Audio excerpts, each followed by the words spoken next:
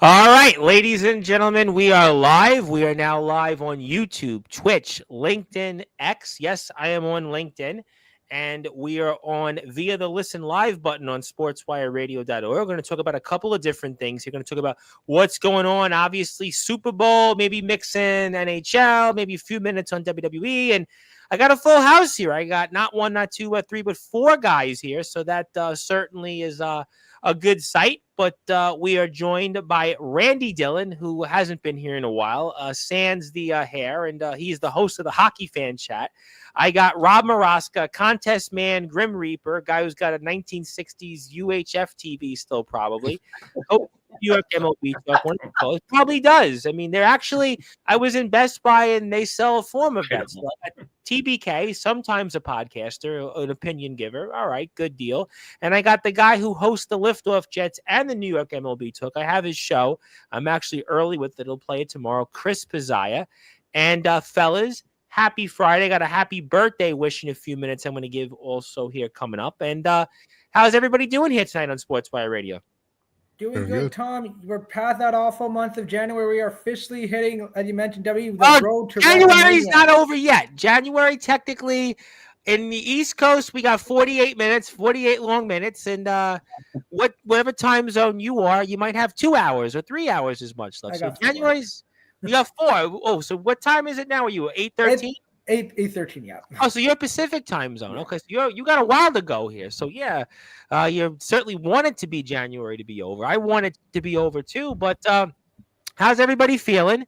And good to see everybody. So I guess where could I begin? You know what? I'll get it out of the way because I think I got somebody here who's got a birthday wish I want to give in a few minutes too. So let's talk about the Super Bowl before I maybe dive into hockey a few minutes. I'll dive into WWE for a few minutes. I'll give everybody equal time. But Super Bowl this year, and who's watching? Can the Eagles pull it off, guys? Like, I actually watched the game last week, the Bills and the Chiefs, the Kansas City Chiefs game. And can the Eagles pull it off? Listen, the Chiefs got favored so much. It's like the New York Rangers and the Pittsburgh Penguins with all the stars in the NHL. They get favored by the ref. Yep. That kind of how the Chiefs do it. Crosby, McDavid, you know. And but can the Eagles pull it off? Like, is there a way to stop this? But does it matter? Are people going to now lose interest in the NFL, or it's just that's a flash in the pan? Oh, it's the Super Bowl. People are still going to watch. Yeah, of course. The people that are saying they're not going to watch are still going to be either at a party and they're going to be watching it, or they're going to be watching it at home. So either way, they're watching it. I'm sorry. You can't tell me if you're a football fan, you're not watching the Super Bowl. I've gone through, listen, I know the Eagles, they're one of my favorite teams. I'm watching it for sure. But I've gone through a lot of years of watching two teams that I do not like, and I had to sit through it. And I just watched it because I just wanted to enjoy it, man. It's the Super Bowl, right? When the Giants and the Patriots played, do you think I really enjoyed watching those two teams play? Those are two of my least favorite teams, and I had to sit through that twice. How about Dallas, right? You're an Eagles. Dallas, Pittsburgh, I can't stand it. San Fran. I don't want to see those teams, but unfortunately, my teams suck for a lot of the years. So, well, you're an Eagles guy. You've had some success. 2 Super Bowls in 3 Jets, years. No, but I've never seen the Jets. Yeah, the Jets at this point. One that was there, but not me. Right. Well, the Jets are like the Chicago Cubs, I think, now at this point. They're just whatever. But even the Cubs won one. Well, but it took them. You guys never saw Rob Maraska, you were alive when the Cubs last won the World Series. There you go. Rob was alive in the first Super Bowl, I heard. He wasn't in the stands. Listen, I always tell you guys, in the same year span, the Mets won the World Series, right? The Knicks won, and the Jets won the Super Bowl. And I'm like, this is going to be great for me, Oh, my team will win it. Well, the Knicks won a couple years later, right? So you got one with the Knicks. Knicks win again. Yeah, and then, true. The Mets took them a while. They won again, and they've been shut out since. And the Jets, they haven't even been to a Super Bowl. I saw a thing the other day, and it had the list of teams who haven't been to a Super Bowl, and it's a very small list. I mean, you got Jacksonville's on the list. You got the Jets. You got the Browns. You got certainly the Detroit Lions. People were pulling for them. I mean, it's Houston, although the Texans have only been in the league, a short while, relatively speaking. I mean, it's very few teams at this point haven't been to a Super Bowl, and the Jets are, right there, right in front of you, right there on that list. It's a handful of teams. Am I missing a team or two that has some lists? So the Vikings. The Vikings. Vikings went to 4. They actually went to 4 in the 70s. They just can't win. Yeah, they just haven't won one. But in terms of teams that haven't been there, that's a very few and far between list, and the Jets are proudly on there. But so everybody's watching the game. It's all a lie. I see people on Facebook. Oh, on the NFL, I'm not watching it anymore. I've given up. The highest rating of any Super Bowl, but I'm sure it's still going to get ridiculous ratings. You know what I mean? It's still going to be probably the most watched show, for the year, like it is every year. Chris and Tom, do you guys think more people are going to watch it to see if the Chiefs are going to lose in that? Even Robin, you TBK, because it reminded me about when a Canadian team in the Stanley Cup playoffs. No, everyone's watching it to when Edmonton was there. All of Canada was watching it wanted to see Edmonton lose. 2011 Vancouver, they wanted to see the Canucks lose. So how about Montreal in the COVID year? Montreal gets the magical miracle. Yeah, that's been more of the epiphany and all that, but I can't believe they made it. So I thought about that the other day. How on earth did the Canadians? How did they do that? I don't know. Because if the Islanders beat Tampa Bay, they definitely would have beat Montreal, without a doubt. Oh, well, we'll never know. But they beat Vegas that year. But I mean, I don't know. I mean, to answer your question, I think people are going to watch the game because what else are you going to watch that night? Like the Super Bowl. I think what the NFL has done, and just, from a casual standpoint, I know that there's some people commenting on this, but from a standpoint of there's nothing else. The NFL for the last 25 or 30 years, what they've done well is there's nothing on. They almost force you in North America to watch the Super Bowl. Like, what's your alternative? I mean, sports-wise, there's nothing, but I mean, they've cornered that for about 25 or 30 years, where it's like movies and stuff. Is there a hockey game on Sunday? No, only early morning. There's 2 games on at 10:30, and because the Four Nations start that week as well, so there's only 2 games. Like even past year, they've had games. I think the NBA, you might get a 1:30, 2 o'clock tip off, but you're not. They know it doesn't. I think even TV shows like they might do reruns of old TV shows and all that because they know no one's gonna watch anything. Listen, people who don't watch football watch the Super Bowl. People have their Super Bowl boxes, and they have all these bets and everything. People are gonna watch Super Bowl. I don't want to hear any of that BS because I'm gonna watch it. Yeah, go ahead. That's what. Those are the same people that said I'm gonna boycott when all that stuff was going on. Yeah, I'm gonna boycott. The NFL was like, yeah, all right, we'll see you next week. So it doesn't matter. Like the NFL don't care. Even if a few thousand people are not gonna watch it because I can't watch it anymore because Kansas City is getting all the calls, or I hate Philadelphia and I hate. Well, I'm going to talk about that in terms of the officiating. I'll talk about that in a few minutes. I'll spend time a little bit on the game, and I'll talk about some other things. I got Royal Rumble tomorrow. I got NHL, so I'll mix anything up here in 90 minutes. But so we're watching the game. When people post that they're tired of it, they're going to watch it anyway. Is what you're saying, Chris? That what you're telling me? Yeah, absolutely. It's the Super Bowl. Anybody else?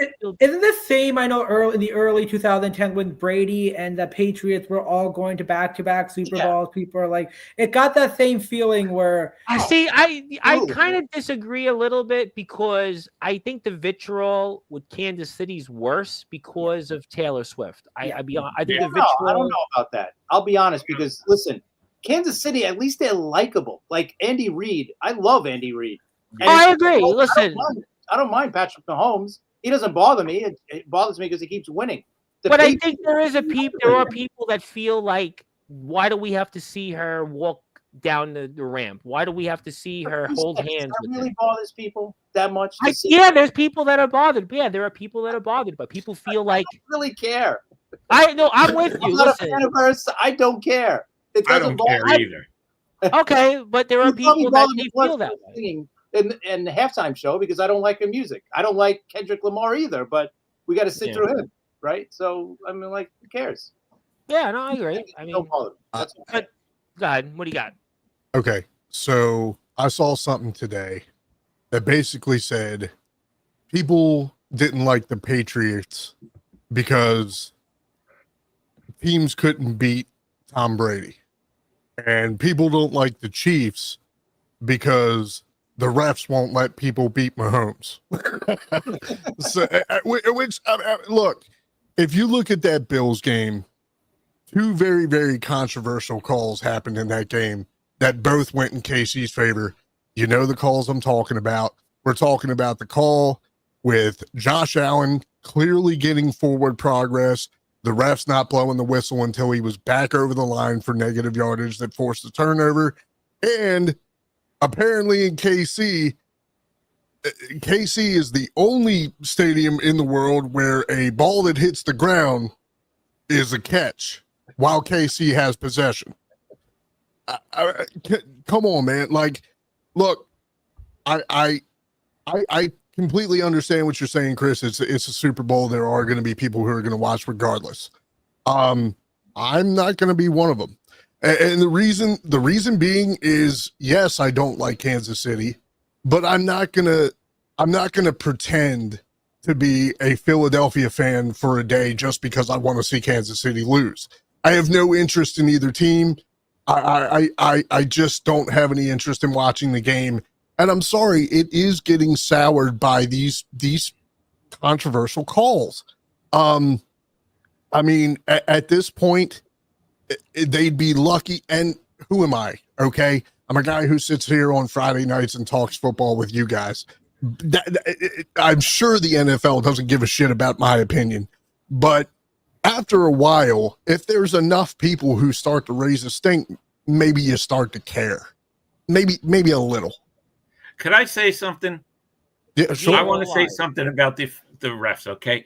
Yeah, we know those two calls, TBK, but I'm going to say the Bills did not lose because of the refs last week, okay? The Bills had the ball with 3 minutes and 33 seconds left in the game, and they choked, okay? Yeah. That's right. So they didn't lose this game because of the refs. They lost it. Sure. They could not score. They should have scored. They had a long time. They didn't, and that's why they lost it. And Josh Allen, right now, as far as I'm concerned, until he shows us anything, he's a choke artist. He's got them. They're in his head. He can't win against them. You got over 3 minutes left. You could have done something. So that's how I feel. All right, but let's talk about that. So wait a minute. So it's like I said last week. You know that. I know that. Chris knows that. I'm sure at this point Randy knows that, and I'm damn sure Tom knows that. Where's been all the media talk about Josh Allen? That he can't get past Mahomes. That like I said, Lamar, it's the same thing. They can't wait to smash him because on the radio. I was listening to the radio this week. People were bringing it up. People were definitely bringing it up. I listened to Sirius XM. It came up. They showed it. They showed his record in the regular season. I think he's beaten them 4 straight. But then they talked about Buffalo runs the ball 11 times in a row in the second half.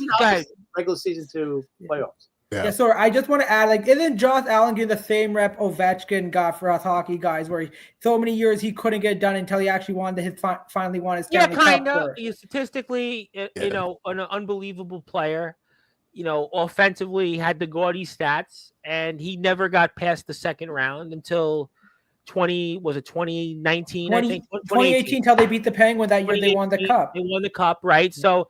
Yeah, kind of. I mean, statistically, you could make the comparison. I think Ovechkin had a longer body of work in terms of how many times he came up short. Capitals were best in the league, a couple of President's trophies. I mean, so yeah, you could say kind of similar, kind of. I mean, look, I think Buffalo's play calling might have been suspect. I mean, somebody used the line that Josh Allen and the Buffalo Bills were playing to lose, not to win, and that was maybe the way it came across. I mean, but even real quick about the play calling, I think Tony Romo mentioned it, that every time it's a short yardage situation and Josh Allen's going to run, right? Yeah. He's always going over the left guard. Like if he's saying that, predictability. I will agree. It got to be too predictable at points. You're right. What the defensive coordinator is seeing in watching the videos of these games all the time. Like, okay, he's always going to his left. So we know when it's 4th and inches or 4th and 1, he's going to run right over the left guard. So let's load up that side. And That's exactly what they did. And he almost got it, or maybe he did. You know what? And here's the other thing. You want to go back to it? The NFL has to change the friggin' yard line, right? They can't be doing this thing with a friggin' two guys holding a stick down with a line, with a rope. Well, but you know what? I got to go into it. I only got X amount of time. The two calls. First of all, we'll talk about that with the what's a first down and what's not a first down. But I mean, Kansas City does get an opportunity to score on a play that they didn't have possession of. I'm still not understanding how is that a catch. Why didn't Buffalo review it? I think didn't the league, but didn't wasn't the league reviewed it. Warning? Yeah, it was within the 2-minute warning, so they automatically reviewed it. Yeah, and it was ruled a and catch. It was still ruled a catch. Like no possession of it though, and the ball on top of that, Buffalo's got possession, and on top of that, it goes to the ground at the very least. So how does Kansas City get a first down on that? That would be like if you scored a goal in the for us hockey guys, if the goal it's counted a goal, but it never went past the red line, you would say that's not a goal. But the only thing I could think of, the way they explained it, was when it hit the ground, they had possession of it, and then when they rolled back over, that's when the Buffalo guy. When the Kansas City. But at the very least, shouldn't it be ruled an incomplete pass? But if they had possession of it, even if they hit the ground, and it didn't move the ball, like when it hit the ground, it didn't like bounce. You know what I'm saying? Like it looked like he had possession of it when it did touch the ground. I don't know. I mean, to me, it just there wasn't enough. It was a one-handed crazy catch that hit the ground. I don't see that going any other way in any other situation. I just don't. The problem is it meant so much to the game. Yeah. That ultimately, could you say was it the difference? I don't know. But then the other play, I think it was TBK that referenced that. Buffalo was, what's a fourth down or a first down? The difference of that. Well, what about that play where? Right. I mean, he could have. It's almost like forward progress doesn't mean anything anymore. Like I said, when your body is over the line, the ball is over the line, but the refs choose not to call the play dead after forward motion has already been reached. I mean, it looks like from the vantage point, it was a first down, and they called it.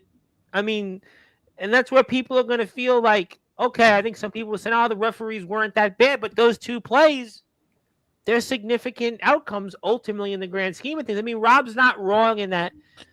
Josh Allen's got the ball, 3.5 minutes left.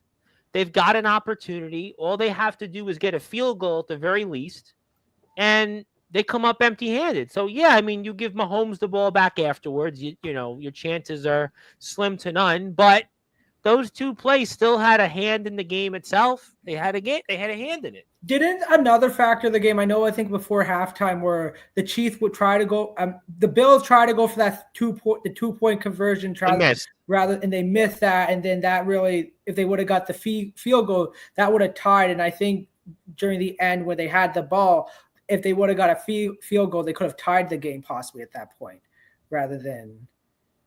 Yeah, I mean, in the grand scheme of things, I don't think that had much to do with anything. I got to give Angela a shout out. She just shared our link on X, and she said from her vantage. Yeah, well, I'll put her comment up in a minute. Angela said she thought it was an incomplete pass. That's what she said. You know what? Here's the problem with that call. Okay. Whatever call they would have called, they wouldn't have changed it because there wasn't enough evidence to turn, to flip it. So if they would have said incomplete, it would have stayed incomplete. If it was a Buffalo interception, it would have stayed that way. Unfortunately, they called it a Kansas City reception, and that's what killed it, and because you really couldn't tell at that point, if it was I don't know. Either way, Rob said it right. They had a chance to win the game. And here's the other thing, even before that, if they would have held Kansas City and not let them, go right down the field and kick the field goal to give them the lead, guess what? Buffalo is sitting there. I mean, Kansas City did give Buffalo opportunities to win the game. I mean, they gave them opportunities for sure. Right. Yeah. I mean, with all the BS, I'm sure at this point, with all the vitriol and the hatred towards KC, it's easy to sit there and be like, oh no, if this would have happened, then this would have happened. You know, it is what it is. They're there. We all anticipated them being there. It's like I said, the Super Bowl for them at this point has become OTAs. It's like they're expected to be there. It's their 5th Super Bowl in 6 years. You know, they have an opportunity to win their 4th. They are that good. We have to give them credit. They are that good. Whether they get the call or not, whether, whatever, they're still getting it done when they have to get it done. They're there. And Mahomes is only in the league 7 years, right? He's only in the league 7 years, and he's won 3 Super Bowls, has a chance to win a 4th. 7 straight AFC championship games. That's like ridiculous. Is he the greatest of all time? No. No. Okay. Brady is still the greatest. If he wins next week, he's still not the greatest. No. No, that gives him 4. He's climbing. But no. Hey, he's got a lot of time to change that though. Who is like I know Brady's up there, and you could argue the great, but who would he need to like pass? Like how many more Super Bowls do you need to win, or how many more? Well, 7, right? Brady's got 7. Brady's got 7. So Brady, so he still has a far way to catch Brady. 10. Brady's been to 10. Yeah. Angela wants to share this. She wants to talk about it. She shares that she had a post on X, and it says that the Chiefs always, let me pull it up here. Let me pull it up, and we'll read it along because I'm trying to make out what she had to say. She wants to remind me of this. So let's go with this. This is her post. The Chiefs always get preferential treatment by the refs, just like establishing cheating New York politicians. I don't know how this goes into that, but let me focus on the football thing. Coincidence, winning's easy when the rules are constantly bent in your favor. She's boycotting the Super Bowl. Basically, what she's trying to say is that she feels, based on I guess the full first down that wasn't called, that the game was rigged, and she's boycotting Super Bowl 59, and she feels it's rigged. And she also goes further and saying about there was a delay of game that wasn't called in the second quarter, and that's another reason why that the game is rigged. I don't. She has another comment, but I don't. First. I'm going to say one thing about being rigged or anything like that. Think about this for 1 second. Who owns the NFL? Roger Goodell. No, he's not the owner. He's a commissioner. I don't know. Every owner of the teams, right? Well, I'll tell you who really owns it. So think about the 32 teams. The 32 teams. The owners of the 32 teams own the league, just like every other league. Okay, so why would the 31 other teams be like, you know what? Yeah, give all the calls to Kansas City. We're good. It's fine. Let them get to the Super Bowl 3 years in a row, 4 out of 5, whatever it's been. Let Kansas City get all of that stuff. I really don't care because I'm making all my money, right? So they don't care about winning a Super Bowl or getting the extra money by getting to a Super Bowl, right? Listen, if I was the owner of any of these teams and if I thought Kansas City, it was rigged for Kansas City, I'd be like, what the hell's going on here? Why are people? I agree with. Sorry, Tom, because I agree with Chris. Because if I'm the cons, they're not making money off AEW, so they have to try a way to win. This is they make them. No, but you know what though? But I'll say this: people felt this with Michael Jordan. People felt the Bulls always got the calls. People felt Kobe. The Lakers in the NBA. The Hawks are a perfect example when they were on their mini dynasty. Well, okay. So then, is it Golden Boy syndrome? Then I mean, who knows? We're not owners. We're not in the league. We don't know what the hell's going on. We're just speculating. But at this point, like I said, there are blatant calls that are being missed that you can't ignore. Period. So then, basically, Angela, it's not rigged. So the game was not rigged. I don't want to believe that, but no, people listen. People. I mean, she wasn't the only. I mean, I saw people on Facebook, saying, "Oh, I'm never watching football again." Oh, my brother post. Oh, the Super Bowl. It's I hear people with that. People are posting. People are allowed to have their opinions. They're entitled to it, but Baltimore, unfortunately, comes up short against Buffalo. Buffalo is in the game, and Buffalo had their opportunities. Kansas City turns the ball over a few times. Mahomes was kind of a little bit sloppy with the ball in the first half, and Buffalo did very well offensively. They take the lead, but they let Kansas City back in it. Kansas City gets a 2-point conversions, up 7. Buffalo ties. Kansas City gets to 3 points, but they get a shot, like Rob says, with 3.5 minutes left, and they're not able to do anything with it. And you have to match Kansas City point for point, and so Buffalo couldn't do it. So then let me wrap it up on Buffalo because I want to get to some other things here. I'll talk about the Eagles for a minute, and I want to talk about the other sports in the time I have allotted. So the Buffalo Bills, have we wrote the book on this team, and can they ever get to a Super Bowl? Or that's been a topic I've heard the last few days on the radio. You know, Randy brings up Ovechkin and Capitals, and it took Ovechkin a long time. It took him over 10 years to finally get there. And I've seen this all the time in sports. Charles Barkley gets to the finals the one time, couldn't win a championship. In New York, Patrick Ewing got to the finals twice, never won. Karl Malone and John Stockton, I think about, couldn't win. You think about the NFL, Dan Marino, right? Dan Marino was a guy who got to 1 Super Bowl at least. Phillip Rivers recently retired. He couldn't get there. Matt Ryan got to the 1 Super Bowl, should have had it. So this Buffalo Bills franchise, they've been knocking on the door, 2 championship games the last 5 years. They've been in the playoffs now. They're a regular. And if they win a game, sometimes they win 2. But the Buffalo Bills, are we writing the book on them, or will they ever get there? Listen, I'm never going to write off any team, right, from winning. You never know what's going to happen. Can Buffalo get better in the offseason? Can they get a receiver that's going to be, a little bit more of a game breaker than what they have? They didn't have it seemed, in this game. Right. You know what? They need something. It can't be just Josh Allen all the time, and that's what it comes down to a lot of times. I thought this year was different, and I felt it was different for Buffalo. They were running the ball more. They had a more balanced attack. It wasn't just Josh Allen saved the day every game. But it came down to that at the end of this game, and guess what? He didn't save the day. Dalton Kincaid dropped the pass. That was the other thing. We're not talking about that, right? On that 4th down, it would have been a good catch. Don't get me wrong. But you know what? Yeah. Both of his hands were on that ball. Yeah. He should have had it. Yeah. No, you're not wrong. Once again, Rob, you're right. This team I hate to say choked, but they didn't come up big. They're in an era where, in any other era, maybe the Buffalo Bills would have won a Super Bowl by now. But they haven't got there. This team has been together now a while, right? 7-8 years. They've been winning division titles, winning a playoff game, winning 2 sometimes, but it's very hard to keep going back to the mountain in sports, and eventually I think your time is written. That Lamar gets a little bit more of the brunt. He didn't win. He can't get past Mahomes. He can't get to the Super Bowl, all that. I think he gets it a little bit more because he's also got 2 MVPs, right? Like Josh Allen has no MVPs. Lamar Jackson has 2 of them. He might get his 3rd one this year. I think he is going to get his 3rd. He might. I'm pretty sure, yeah. Angela wants to say, let me read her comments. She's got a bunch of them. Let me read her off. I'll get to the YouTube crowd. But she thinks that the Bills can win next year. She says, nope, don't write the book on the Bills.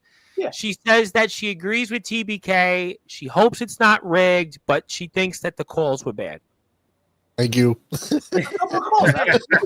No, I agree with Chris. Like, it's also with the NFL. It's not like for Rob with baseball. That's with hockey. Like, you have the best of 7 or best of 5. NFL is one game, one game at a time. If you're on a hot streak or something can happen, you just gotta get in. And Patriots up those years ago, they were undefeated and they didn't win the Super Bowl. The Lions this year win 15 games in the regular season. They were blown Look at out. The Commanders, like the start they had, and then how they just flew off. Yeah, I mean, and that's that. And Angela said that the Bills choked when it mattered. So she's agreeing with Rob basically that they had the ball with 3 minutes left.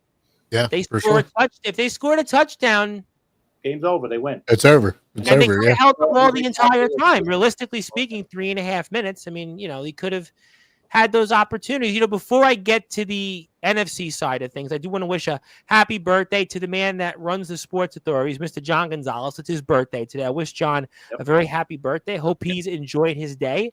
I look forward to what he has in store for the group. The group has got almost 5,000 members, and some of us are moderators on there. So, John, hope you have a great day. Thank you for your support. John's also in our Hall of Fame, and John has been a big supporter of ours over the years. He's usually watching somewhere and listening to what we have to say, and I'm sure he'll have an opinion or two. And John, hope you have a great day. Happy birthday. Want to congratulate Anthony Finkel, also his band Rust Eater. Played their first show in Kearney, New Jersey. Kearney, New Jersey. Interesting place to play a gig. You know, I wouldn't necessarily know what's in Kearney, New Jersey, other than Anthony Finkel's band playing. But I don't know anything much about Kearney, New Jersey. But it's spelled Kearney, but it's Kearney, I think. But maybe it's Kearney. Maybe Kearney's living there. You know, I'm not gonna go there, but Anthony Finkel's band played. Congratulations to him. I was speaking to him before he went on his set, so congratulations to you, and great stuff there. We thank both John and Anthony for their support over the years. So, okay, so we got the AFC side, but the NFC side game, you know, Washington made a game of it early, but really wasn't much in doubt after the third quarter. So, spending a few minutes on that, how'd you guys think of the NFC matchup? I told you that Philadelphia week that Washington was not going to go into Philadelphia. I think the magic. Rob couldn't wait for this, and he was like, "Oh, I told you." I think the magic just ran out for the Commanders, from what I saw. Pretty much, yeah. The magic just ran out. They were incredible. It was all the hype. Too many mistakes. It was absolutely the turnovers. The turnovers is what killed Washington. You know, turnovers are detrimental whenever, you know, regular season, but they are very detrimental in the playoffs. And when you have to be damn near perfect, you cannot afford to make mistakes. And when Saquon Barkley snaps off a 60-yard touchdown run on the first play of their possession, oof. Yeah. Well, he's a difference maker. Maybe that's what you're going to hope for. He's a game breaker. Every one of them, too. I think they cashed in every turnover. For sure they did. Right? Yeah. And by the way, what was it? The second most points scored ever in a championship game, right? 55 points. Did it tie? What was it? 55? And I think that was near the record, right? 55 points the Eagles scored in a championship game, and you know, it was an explosion. I mean, it was a blowout. They had vengeance. Well, it was. I mean, the score, it wasn't 55-23 really until the end of the game. But yeah, I mean, they scored a lot of points. And you know, speaking of people that have scored here, Joe Dell is in the house. He'd like to say hello. I'm sure he's got something to say. Got people watching a bunch of different platforms. Zilla saying hello to all of us. Hello to Maria DeFalco. She enjoys listening to the announcers. I'm not sure what the announcers had to do with it, but thank you for tuning in. Shane Davidson, hello, how's everybody doing? Good. Yep, hello Zilla. I saw Zilla 3 times today. That's great. And okay, I'll come back to Angela in a minute. John appreciated the wishes. Let's go to Joe. Outside of Washington, called it down the line. Kansas City will take it all. Rather see the Eagles win, but Kansas City will make history. So shouldn't people root for Kansas City then? You know, first time ever, 3-peat. You never want to root for that, Tom. Like we've seen. Why not? We saw it with the Lakers when Kobe Bryant was on the tear. The Roman Reigns, right? We talked about for the wrestling guys. We were rooting for some people rooting for him to break those records. You know, Hogan's record of being champion for 4 years, Bruno's record. So wouldn't you want to? I think you have a majority some cheering, but I think majority of fans, they want to see something different. It's like when Chicago and LA, the NHL made it so many back-to-back. 5 Stanley Cups they won in 7 years. Between them in 5 years, it was just like someone else want to see. You want a different, fresh air. Like you have the fans who want to see that, but you also have the fans who want to see something different. And I think it's the same with here. Like the fans don't want to see Kansas City win because it's just like, oh, this again, more Taylor Swift, all that kind of stuff. It's just like we want to see something different with the Eagles win. Well, yeah. On the flip side, some people are just straight up bad luck. So root for KC in hopes they lose. Whoever's got bad luck, root for KC. There you go. That's right. But I mean, listen, Philadelphia, Angela, let me pull up what Angela wants to say about the Eagles. She said the only thing she doesn't like about the Eagles is their obnoxious fans.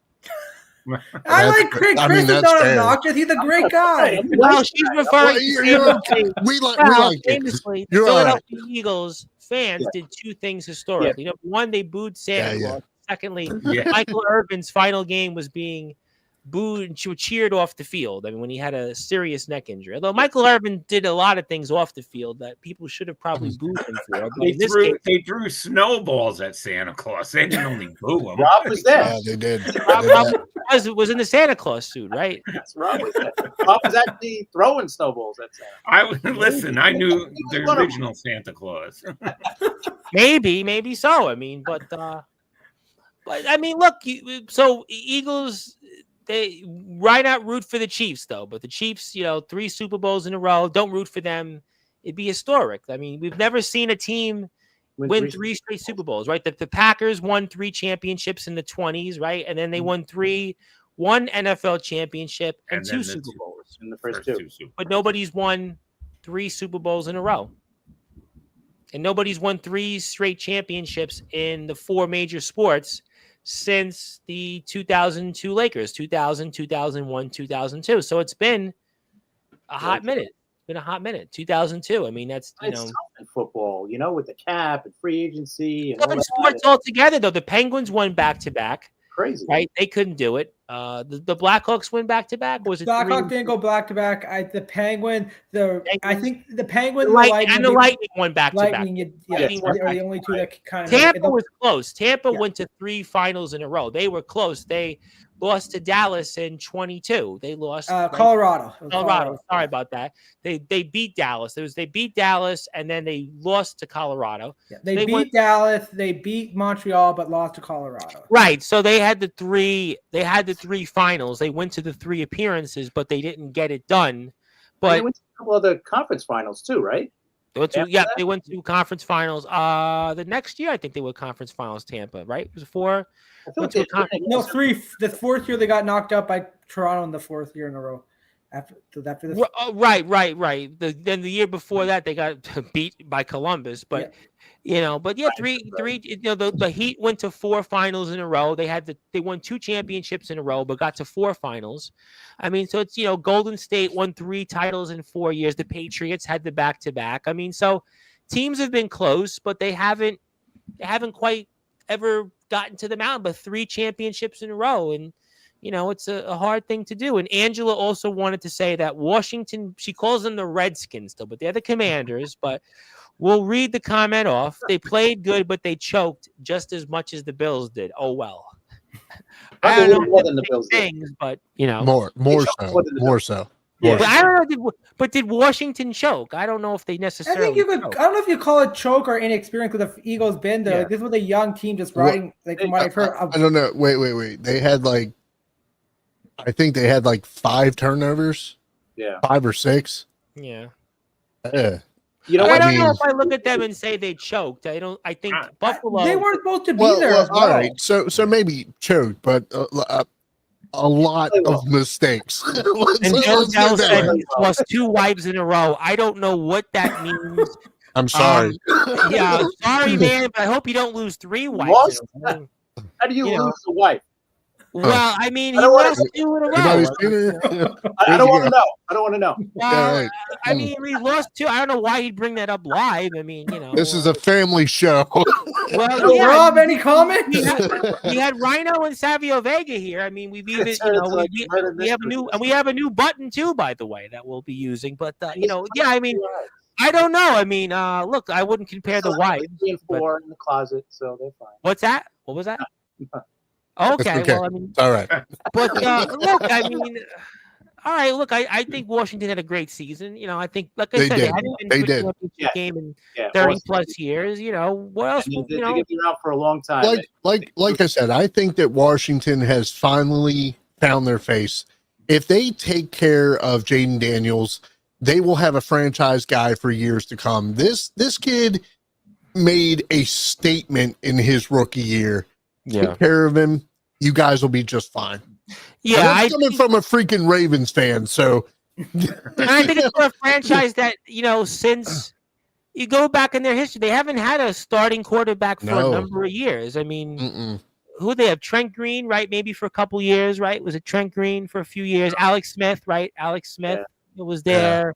Gus Farrat. I mean, some names. RG3 had the 1 year. RG3, RG3 had 1 year. I mean, there's really not too many guys they've had, I guess, since Mark Rippon that have done anything of any sort. So hopefully for their sake they do it. Let me get to Angela. She's got some more comments before I eventually move on here. So let me put it up on the screen because my eyes need to be checked clearly. So she says this: I'll say that the Chiefs will win against the Eagles. Refs again going to help them one more time. Eagles better get definite first downs. They should learn from the Bills not to push for one. And then she mentioned Washington had 4 turnovers. 4 turnovers. Okay. 4. I added 1. Sorry. Oh, well, you know what? I think that goes to a certain point. You 4 or 5. I don't really know what. I don't think it means much in the grand scheme of things. You were going to lose anyway. But it is what it is. Yeah, they had a great thing. Also, they had a great season. Theismann, but Rippon, I think, was their quarterback to win the last one. So, yeah, Theismann. Throw Theismann in. Yeah, he was good. He had an injury. Okay, but I think they won 1 or 2 after Theismann, so they still had some success with that. So, okay, great stuff. I mean, we'll obviously come back to some of that in a minute. Again, Washington, great season. Congratulations to them. I don't know if Buffalo's congratulating themselves. I mean, interesting, though. I'll say this before we move on. Buffalo has a season and gets to the championship game within inches of going to a Super Bowl, and yet, I don't think they're going to be celebrating. Whereas Washington, it's a franchise that, hasn't won more than a playoff game in 30 plus years, first playoff win in 20 plus years, and they're probably going to celebrate the year. But Buffalo, if you're Washington, you can't be mad at the season you had. Yeah, you didn't make it all the way, but you made it a lot further than everybody expected. Yeah. So, and you're proud as hell of your rookie. You're proud as hell of your team. It's okay. Nobody should be mad if you're a Commanders fan this year. I mean, except you didn't go all the way. But other than that, you're okay. It's okay. All right. Well, we'll certainly see. I know I got a couple of news and notes in the NHL, and it kind of involves Randy, and then I'll come into WWE for a few minutes. But I'll pull it up on the screen. Randy. Busy time for you, good or bad. Tell me, Rangers and Canucks make a trade, and then the Canucks make a trade with the Pittsburgh Penguins. So the Canucks and Rangers trade. This is mismanagement by the Canucks front office tenfold. They knew about the issues with JT Miller and Elias Pettersson. It didn't get squashed. They decided to go with JT Miller over Bo Horvat a number of years ago. It just gets worse at this point, and the return is abysmal. Like you are giving up a guy who has been your best player the last 2 years. Your star future player, Elias Pettersson, should be the face of your franchise. He hasn't done much in the last calendar year, and now all the pressure's on him. And on the Rangers side, Chris Drury, if this doesn't save his job and take the Rangers far in the playoffs, there's going to be a problem. Now we look at this new trade by the Canucks. This is not a bad trade for them. They addressed the need on defense. They gave up a first round pick, but the Penguins, I think, are really struggling at this point where they need something to help this team. Well, they got to win in Seattle in overtime. They're under 500. It's a really deep playoff situation in the Eastern Conference. They're way behind teams. I mean, they're behind one team that's all of a sudden won 6 consecutive games. That's the New York Islanders. And the Islanders are all of a sudden now in a position that they could make the playoffs. So you got to pass them. Philadelphia seems like they're on a decline. And then the Rangers, I think with JT Miller, then maybe it puts them back in a position where they reunite with an old player, an old friend, and maybe they get on enough momentum to get into the playoffs, and they'd be a dangerous team again. Yeah, you got to hope if you're the Rangers. JT Miller is the guy you acquired who have been a dominant force in Vancouver. And it got to be on the back of Igor Shesterkin as well. I think for the Rangers, you need JT Miller has to be a factor, but Igor, I think, got to be the guy to carry you in the playoffs at this point because there's no room for error. This team defense is still very much struggling. But they'd be a tough out to play in the playoffs, though, because you don't want to play them in the playoff. As Washington right now first, like I was saying, I'd rather have Carolina jump you and Carolina play the Rangers in the first round. I do not want to play the Rangers because the Kreider's already shown he can be a playoff performer. Igor, if he gets hot, he's going to be And they're not unstoppable. really a wild card team. They're a team that they've been here recently, couple of conference finals the last 3 years. They got the firepower. You still got Panarin. I mean, they would definitely be a team that could go on a run. I mean, you'd much rather face the Islanders probably because absolutely. the Islanders offensively are a little challenged, but you know, but the Islanders are in their usual spot, so maybe Islanders Jekyll high. You don't know what's going to happen. They're down for the count, but then they'll get up and. But they did the same thing the last 2 years. They were down for the count last year, and they got into the playoffs. The year before was not as bad of a story, but they found a way. They eked into the playoffs, and they've got a goaltender that's one of the very best, and their defense has improved. Penalty killing's been much better the last few weeks.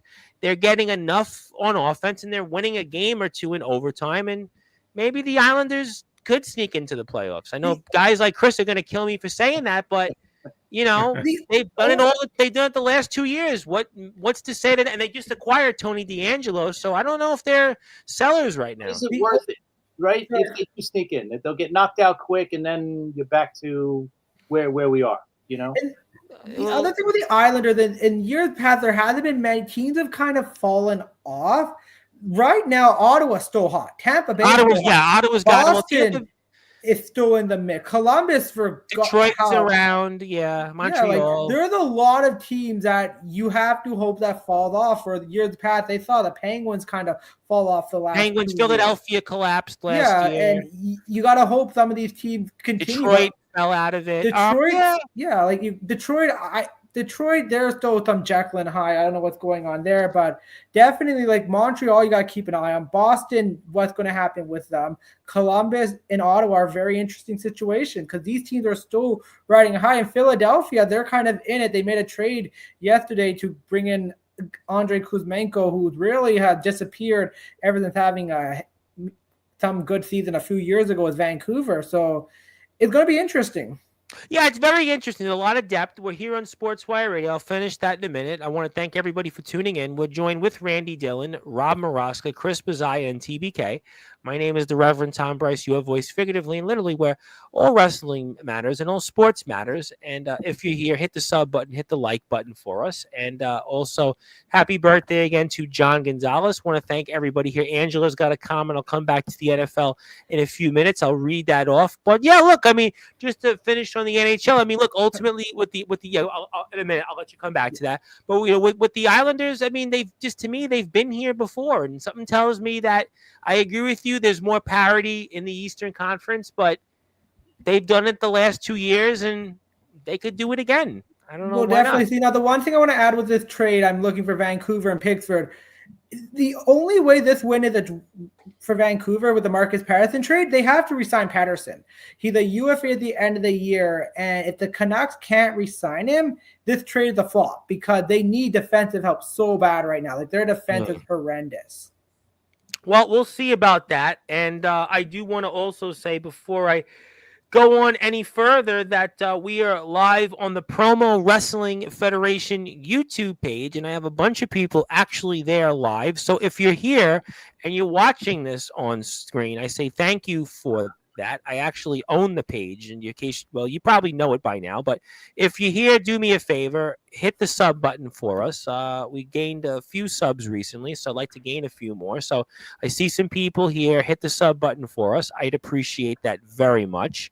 And thank you for that. Angela wanted to say that Washington, again, she keeps calling them the Redskins, had a great season. She agreed. Okay, yep, they had a great season, and we'll see more of them again. But I got to mention wrestling for a few minutes. I'll let Rob share a Met thought, although there really isn't any much baseball to talk about. But Rob's the Met guy, so I got to give him something.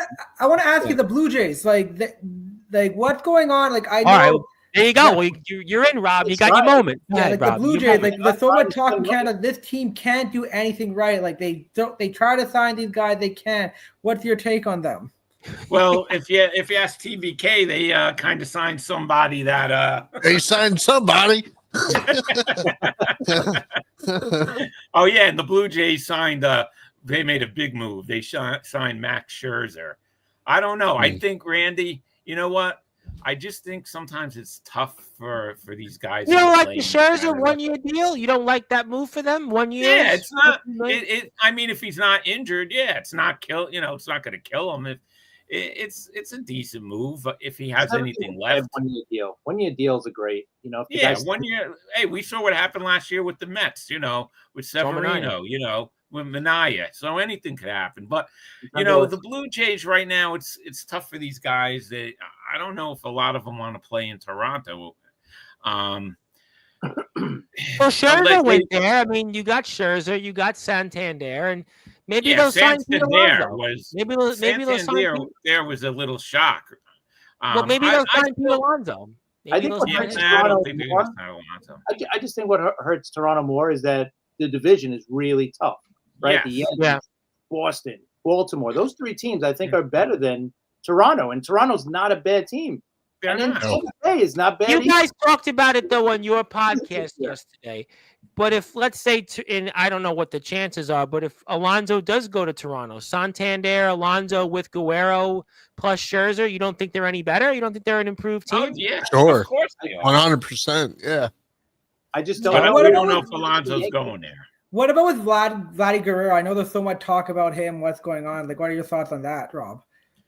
He's going to be a free agent after this season, so he's definitely going to look for the money. I don't think the Toronto Blue Jays will get rid of him right now, but if they're not in it, they're definitely going to be sellers, and he's going to go. He's going to be a rent-a-player, but we have to see what happens.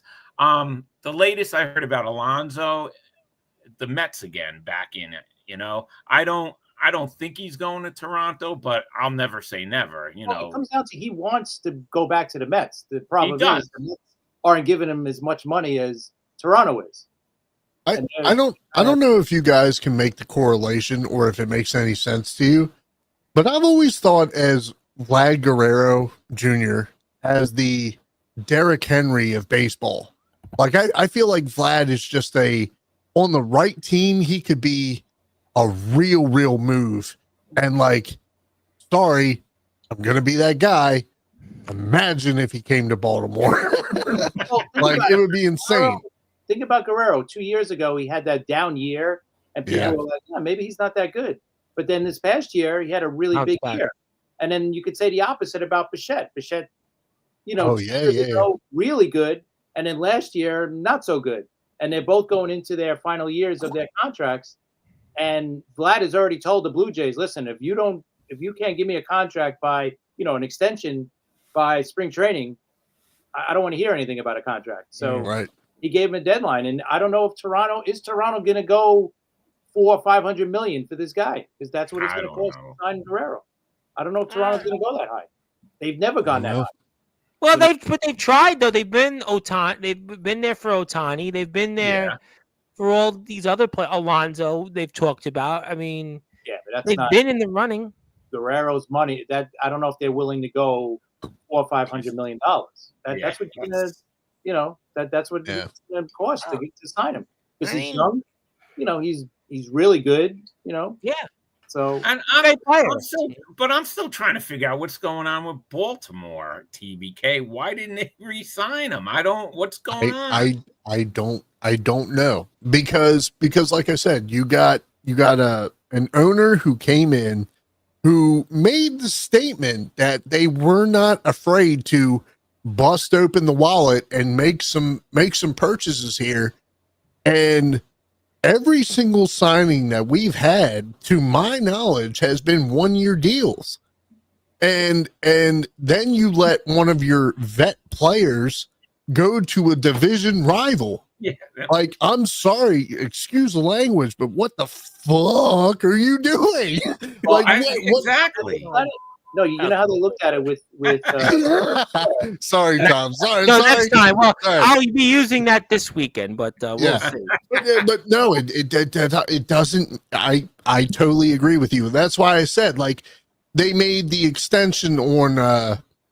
Well, you know what? I'm sorry. I think it was another 1-year extension on Jorge Mateo.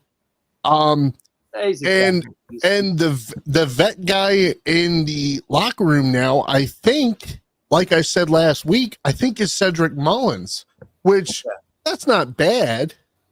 Cedric is a great player, but I don't know. I totally agree with you. It's what are we doing? Think about what division rival. They let him go to a division rival. I mean, and the East is tough as it is. I mean, it's tough. It's just that's a beast. The American League East is a beast. I mean, you got to look at it from their point of view, right? They figured, you know what? We offered him the 1 year tender, right? Yeah. He turned it down. So now they're going to get a draft pick if someone else signs him. So they look at Kyler O'Neal, who they signed. Yeah. And, okay, this guy can do the same thing. Maybe he's even a little better fielder than him. He could hit 30 home runs. The guy gets hurt all the time. So he's not and he's not a switch hitter. But they're looking at it as, okay, you know what? We could replace him with Tyler O'Neill cheaper, okay? Mm-hmm. And we're going to get a draft pick back because someone's going to sign Santander. And we also got our young guys coming up, from the minors that are ready to come up, like Kobe Mayo, like some of these other guys that are coming up. Aston Kerstad, like all these guys. Yeah, I feel like Baltimore is a huge farm system right now. We got young guys coming out the woodwork, first round draft picks coming out the woodwork. I mean, as we said last year, Jackson Holiday didn't have a great showing right off the bat. Later on in the year, he started to heat up. Who knows? He could have a breakout year this year. It might be too soon to tell, but I think right now, I mean, if I'm Baltimore, like you have to hope that these young guys just rally around someone, and whoever that someone is going to be, like it could be Mullins, it could be Mountcastle, and then I'm lost for players because I don't know who's got that veteran status on such a young team. It's a young team. We'll definitely find out, but I gotta spend a few minutes on it in the interest of time because there's this little thing which is now today called the Royal Rumble. Yes, sir. And I want to spend a few minutes on it. There we go. There we go, Randy. What are we guys thinking about here? What do you guys think? And who's in? Who's gonna win? And just some of the things we're going into here in Lucas Oil Stadium. Randy, I know you want to go, so let me just get this out of the way. They have a propensity of saying every year that this is the most stacked PLE. It's going to be insane. It's going to be crazy. Just deliver on that, and I'll be okay. That's all I got to say. That's it. Like, just make it so. Yeah, so TBK's right. Every year they plan the Rumble. It's big, spectacular. It's the pride entrance. The last few years have been disappointing. This year is very interesting because that relationship now with TNA, that contract they signed. Like I said, Joe Henry is a lock-in. Could we see guys like Moose? Could we see Moose hasn't been here yet? Obafemi. Obafemi. How about the Hardys? The Hardys returning the Rumble. Nick Nemeth, Dolph Ziggler. There's reports Matt Cardona could show up in tomorrow's Rumble. Mustafa Ali, just in AEW a few weeks ago. Top dollar, AJ Francis could show up. Like there's a lot of speculation on surprise entrances because they only have 15 guys kind of. Well, technically, the man that was here a few weeks ago, Rhino, could be here. Rhino. Anybody. I mean, that's what the Rumble's about. It's pretty much an open casting call to whoever's available at the time, and when you I think the only thing is when you start planting so many seeds, it gets diminished a bit because they're talking about, I don't know if you heard, Brandy, I'm sure you have, they're talking about giving Penta a hell of a showing like this, and of course they should. This is the guy that they're talking about to be WWE's next Rey Mysterio. But that being said, you haven't even factored in Rey Fenix making his debut yet. So well, that's still going to be a year away. But Penta, the big one. Listen, tag team, the Motor City Machine Guns are getting their live moment, not a tag team match. But in the Rumble itself, all these names you spoke about, right? All the TNA partnerships, I get that. Matt Cardona, but how many of them realistically can you throw into a Rumble? I mean, it's 30 people. You got 30 people. I think you're going to get 5. The 5 I'm going to say are both the Hardys. Okay. Joe Henry. Both of them, really? Yeah, Nick Nemeth. And either it's going to be Matt Cardona.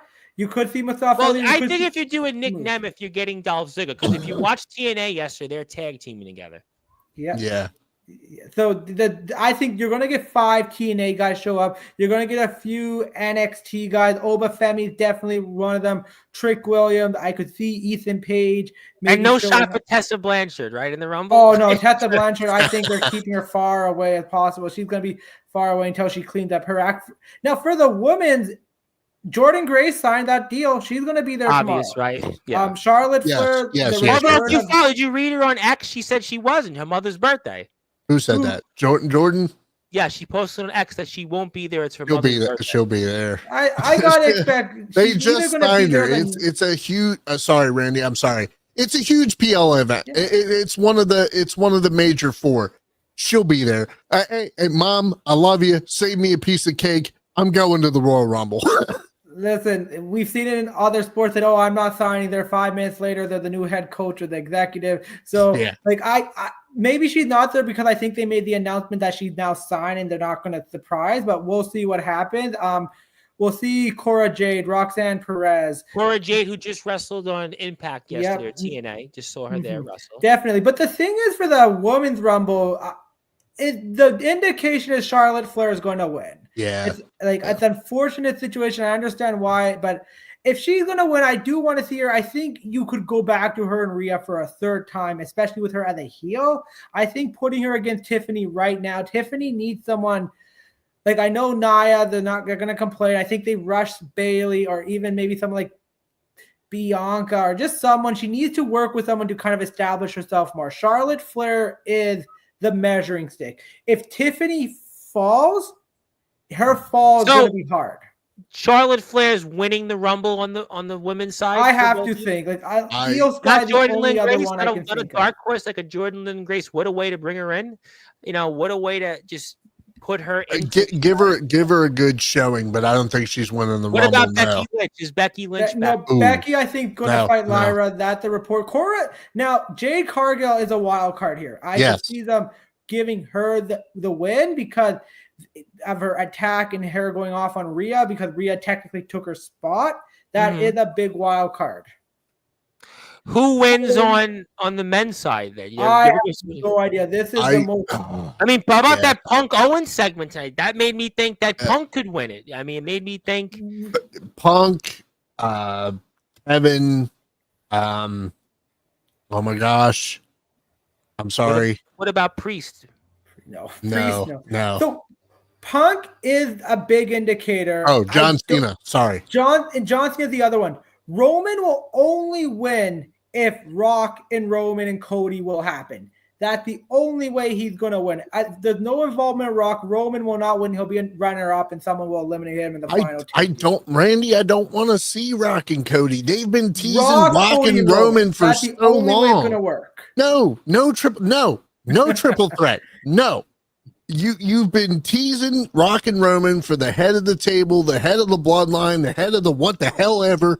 You gotta pull the trigger on it, or I don't want to hear about it ever again. He can't do a Matt TVK. That's the only thing. He can't do a main event. But Cena, do you really want Cena to win the Rumble here tomorrow? Today. Tonight, I felt like Punk was winning it. Punk, after Monday, the Thieves are planning to have Punk winning it. But the other thing especially after last year, wasn't he the last man eliminated? He was, but he was never planned to win. The only thing with Punk is he still has that favor with Heyman, which I think could come in play. Oh, yeah. If Roman wins and they decide to go Roman versus Cody, then Punk kind of sneak his way in. I mean, logically, Roman would make sense, but the direction storyline would say you have no story to tell between him and Cody. The story's dead, and but it's still the rubber match. The only other person I can see it, and I'm gonna hate saying this, Logan Paul might win to face Gunther. No, after that comment, after that video circulated of him saying he was hitting on Tiffany Stratton and Kaiser went crazy because I think Gunther is gonna then slap him around. I don't know. I don't see Logan Paul winning the Rumble. I just don't see it. I don't like the fact that they're talking about adding a bunch of, like Bad Bunny. What's the other guy? Kai's what the KSI. other dude? Bad Bunny, I can KSI. Freaking, the other dude. I Show Speed. Like taking Rumble spots away from actual wrestlers is really annoying. Please don't. I hope they don't do that. I agree with you, TPK. I'll make the exception for Bad Bunny because Bad Bunny has earned it. He had a really good WrestleMania match and the street fight with Priest, he's earned his credit. So I'm okay. The other guys, keep them out. You're just wasting spots, and it just doesn't make sense. Yeah. Yeah, Cena, I mean, I understand the storyline for it, but I'm inclined to say that because of Punk way it's going, I think he's going to win it. I just think Punk. And please, for God, Hulk Hogan, we do not want to see tomorrow. No, there's no. Hogan's not on. Hogan wasn't even there at Saturday night's main event. He's 71. We're not. There's no. You have a better chance of the Undertaker in the Rumble. No, I'm serious. You have a better chance of the Undertaker. I wouldn't mind it. I'm okay. And Joe Dow wants to say no Cena. Well, I think he'll be there. I just don't see him winning. There, but I don't know if he's gonna win. Randy Orton, the only other one I can see because it sets up the Cody versus Randy feud. That's wild card. Only other one I could see. Orton winning. I don't know about him winning, but the problem with Cena and Orton winning is only one other person won 3, and that's Stone Cold. And yeah, they talked about. I think I heard that somewhere on a podcast. I think to make something exciting for Cody, because as we've said before, like it feels like ever since Cody's won the belt, like it just hasn't been as exciting as it has been for Roman. So Roman had it for so long too. There was that suspense of when's he going to lose it. It's like the Chiefs in football. We're talking about the Chiefs, right? And he became the Chiefs in some ways, but Cody had that chasing moment, and it didn't pan out. And all right, so we'll see some of that here. I'll ask you guys. The only thing that I think that would bring excitement and credibility maybe is the storyline with Cody and Kevin is hot right now, but you still have Randy in that picture. So if you're gonna give Cody a convincing title defense at WrestleMania, then you do the triple threat: Randy, Cody, Kevin. I think they're doing Sammy and Kevin. They're gonna give them a proper match. Well, Sammy, right, could be a way to keep Cody to win tomorrow, right? That would be a way to transition to that. Let me ask you guys this real quick, and we'll get to closing thoughts in a minute or two. Triple H in the Hall of Fame, you like it or not like it? I was surprised. I didn't think he was going to go in anytime soon, but I think this was more I don't think he had anything to do with this as well. I think this was totally caught off by surprise because his reaction was just like, wow, I did not see this coming. Yeah. And there's no two bigger guy. I mean, especially with the match that they had, Undertaker, Triple H, and Shawn as special guest referee. There's no two guys better than to deliver the news. So, he deserves it for sure. Yeah, I think ultimately it was only a matter of when, right? I mean, his career. I mean, he's in already technically, right, with D-Generation X, but I mean, ultimately, I expect him to get in with Evolution too, right? Yeah. Evolution maybe, but I was surprised. I thought Cena was going to headline his final year. You put him in the Hall of Fame for that farewell. Maybe he's not getting in the Hall of Fame this year. I have to say next year. Then he has to go in next year. He's wrestling as an active competitor. I mean, I know Rey Mysterio's yes, but I think Cena that's not going to be this year. Then I think that. I mean, does Lex Luger get in this year? Does Lex Luger get in this year or no? No. I don't know. I mean, I would think the argument could be made for Randy Orton because they already put in Ray. You know what I mean? Yeah, I think Triple H is the headliner, though. But I think with well, Ray, I mean, maybe not this year. Sorry, but like soon.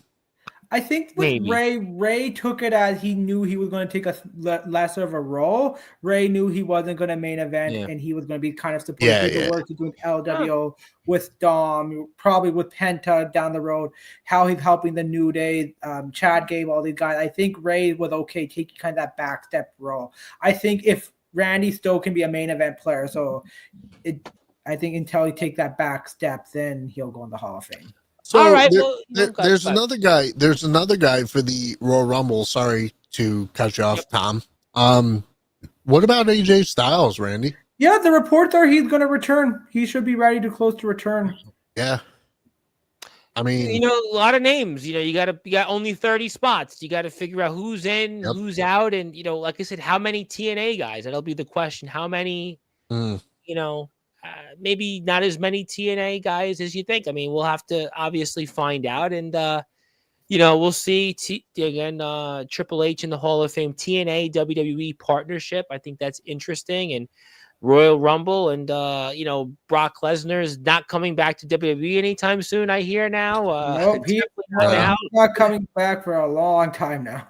No, he's definitely not coming back, especially after what I read there. And we did run the gauntlet, and Joe Dell wants to say Rob Maraska might enter the Rumble as a Rob the Grim Reaper. Rob was at the first Rumble. Yes. He was there front row. Rob was there. Rob was definitely there. I watched the first one for sure. Yeah. Jim Duggan one. I had to go back and I want to find Rob. Like, where's Waldo? Where's Rob in the crowd? Yeah, Rob was there. Absolutely has to come out to Don't Fear the Reaper. I used to love Chief Jay Strongbow, baby. Yeah. Oh yeah. Rob, you could tie Santino Morella's record for the shortest Rumble appearance. No more of those stereotype wrestlers anymore. I don't think. Right? I know. No. Well, right. Well, it's 2025, but Joe Dell then says Joe Dell liked the TBK joke on that, and he said shush. And I mean, maybe Rob is going to be in the Rumble. You never know. I mean, Drew Carey was in the Rumble one year. I mean, so maybe I'm on the injured list. I can't be. Well.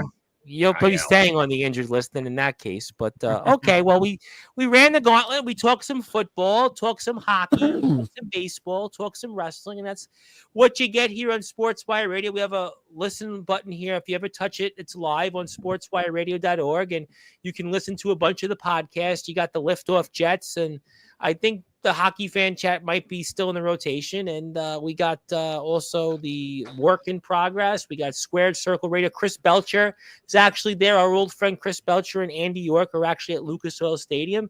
The Pinstripe Chronicles, Devil's State of Mind. So I got a bunch of different podcasts. So you can check them out anytime. And Maria's a Rob fan. I could see Maria's a big Rob fan. She's got the Rob comments there. Big time Rob fan. So we'll certainly see. Shout out to Maria. And she's a big Rob fan, putting it out there, a big Rob fan.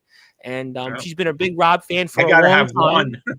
She's a big Rob fan for a long time, and definitely the leader of the Rob fan club. And we definitely hope that Maria continues to lead that fan club, and she's definitely leading the charge. And let's get to some closing thoughts. I'm going to go with UTBK first. I'll pass the baton to you. Sure. Anything else you want to plug, share, or say? The floor is yours.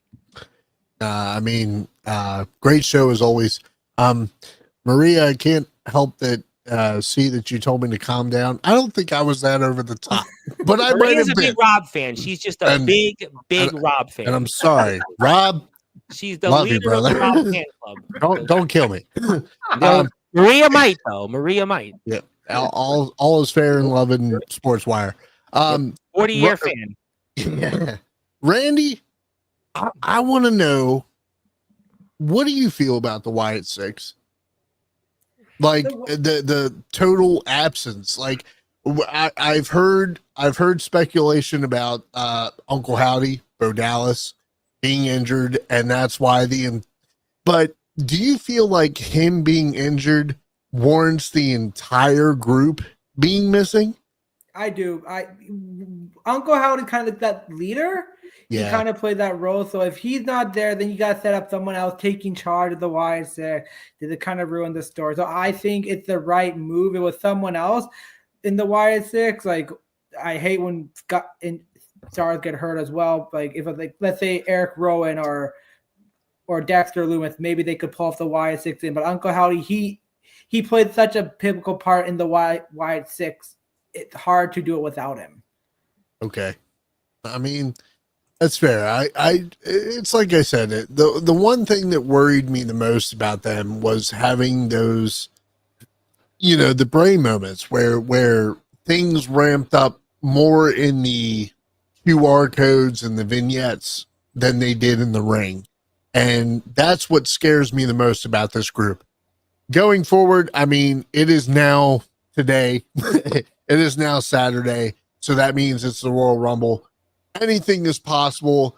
Triple H has once again given the statement that it's going to be the biggest PLE.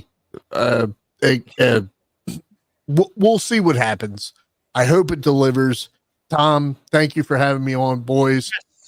Good to talk to you as always. We'll definitely do something next week, and we'll have everybody a part of that. So good stuff there. Randy, passing the baton to you. I see an NHL jersey. I don't think it's the Capitals, not the Utah Hockey Club. I almost thought it was a Utah jersey. That actually Pittsburgh beat Utah on Wednesday. But until then, let me pass the baton to you. Let me give you some closing thoughts. And anything else you want to plug, share, or say, fire away. For sure. Thanks, Tom. Great to be back after a few weeks. Rob, Chris, always great to see you. TBK, always great talking with you as well. Your Stockholm the Rumble. Just look at the ticket sale. This is big. They've currently distributed over 65,000 seats. They're close to 66,000. This is a big event, and I think they expect tickets to be this big. I just going to talk about AEW quickly. It is just painful right now. The stories there. It's killing. Like, as much as the fans say AEW does great wrestling, it's still a weekly television show. It's like your Simpsons, your Big Bang Theory, your Family Guy. You have to have a reason to keep people coming back for the next week. It can't be a comedy snuff, and that's why I think storytelling is so important. If you don't have that, how are you going to get people watching? Like the MJF Jeff Jarrett angle, horrible. They add Hangman on paper. You don't know what's going on there. The Death Rider thing, again, just horrible storytelling. The Tony Storm Mariah May is interesting, but it needs more attention. Like Mercedes Monet, not that draw they want it to be. Like I understand it's wrestling, watch wrestling, that's great. But at the end of the day, it's for weekly attendance to draw. They need to get fans' attention. They have their big show in July. I think they 10,000 tickets. Chris Jericho was saying, "Oh, this is great. More tickets going to sell at the end." Their prices aren't as high as WWE prices, so it's not going to drop. The prices are pretty good right now. So people are going to go to the show. It's pretty good to buy the tickets right now. It's just a mess. Just excited for the Rumble tomorrow. It's going to be good. Rumble's always a great pay-per-view, and the NHL. A fun one. Listen, Ovechkin scored yesterday, 19 goals away to breaking Gretzky record. I think he has 32, maybe 30 games to do it. I don't think it's going to happen this year. Definitely early next year, I think. Unless he didn't miss those 4 weeks. It's a very different outcome. He's slow. His knee's not the same. I think after the Four Nations, another week of rest, he'll definitely pick it up again. But right now, you can tell he'll wind up being like like Hank Aaron was. He was like the few home runs away, and he did it the next year, like right off the bat. He'll probably be like 7 goals or 8 goals away, maybe 6 goals away, and good stuff there, Randy. Looking forward to resuming the conversation next week. I'm going to go with Chris next. Chris, I pass the baton to you. Anything else you want to plug, share? So I'll have to lift off Jets in the rotation today. And the floor is yours, my friend. Thank you, Tom. Guys, great show as always. Great chatting with you guys. Just excited next week, Super Bowl. I know not everybody is, but I'm watching. I got nothing else to watch. Do it every year. Yep. Whether my team's in it or not, but I'm just looking forward to that. A couple more weeks. We got spring training started, so yep. Can't wait to get going. Tired of talking about where this guy's going, where that guy's going. Hopefully, this off season's drag. This off season baseball is just drag. and it's the last couple of years it's been like this too. It's just I hate it, but these guys are doing what they got to do, so they're trying to get the best deals. So anyway, that's about it. Next week, Rob and I we're gonna have Howard Kellman. Play-by-play guy, right? Yeah, long play-by-play guy. He's the only guy in history to call games for the Yankees and the Mets on the radio. So oh wow. So we're gonna chat with him. Be an interesting chat with him. So we got him probably Friday, I think, so far. So looking forward to that. So look out for that at some point on Friday. Well, play-by-play on the radio. Wow, interesting, because we've had guys who've been. I mean, Seaver called Yankee and Met games, obviously. Yes, on TV. Yeah.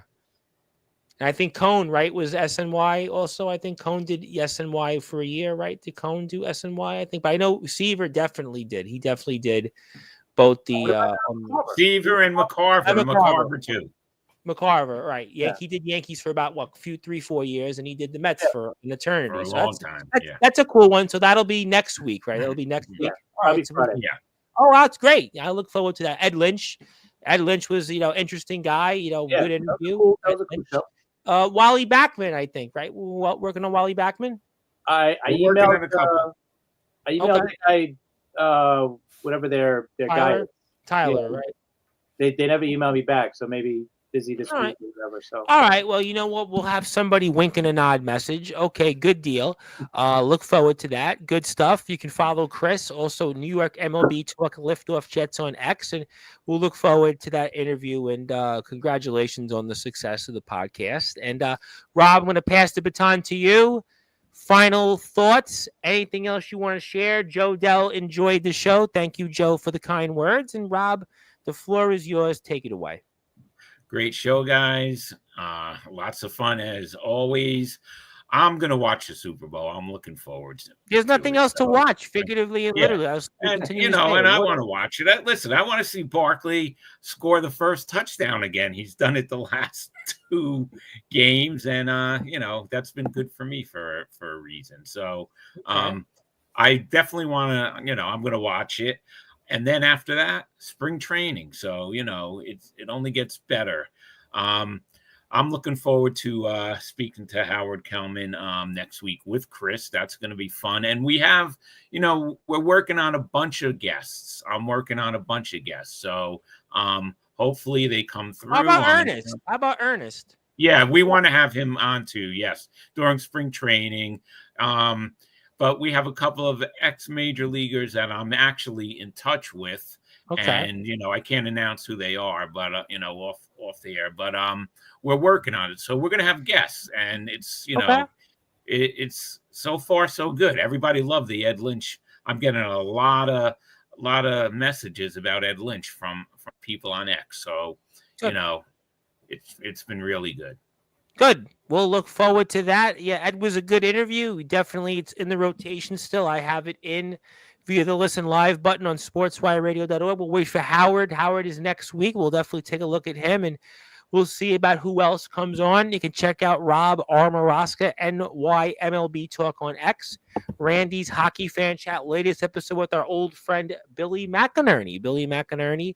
He's in our group on X. TBK, sometimes a podcaster, got a lot of opinions. And Chris has got the Liftoff Jets with Charmin. So great, high-quality podcast. The sit-down marks, they've had on 17 different independent wrestlers in the last 4 months. And they're here in the rotation. And we have a few other shows coming back. I think Wrestling with the Truth is coming on the way back. So some great stuff. You can check it out here via the Listen Live button. Thank you so much, everybody, to tuning in. My name is the Reverend Tom Bryce, your voice figuratively and literally. We're all wrestling matters. And I got soccer coverage here Sunday, 7 o'clock with the 5-Town Sound women's soccer team. So no Super Bowl, no problem. We have football from the other end of the world. So we'll check that out and more. But until then, hit the sub button, hit the like button for us. Have a great night. Enjoy. And I'll see everybody on Sportswire Radio later. And until then, good morning, good afternoon, good evening, where you are on the number one global relation that is Sportswire Radio, where all sports matters and all wrestling matters. And happy birthday again to John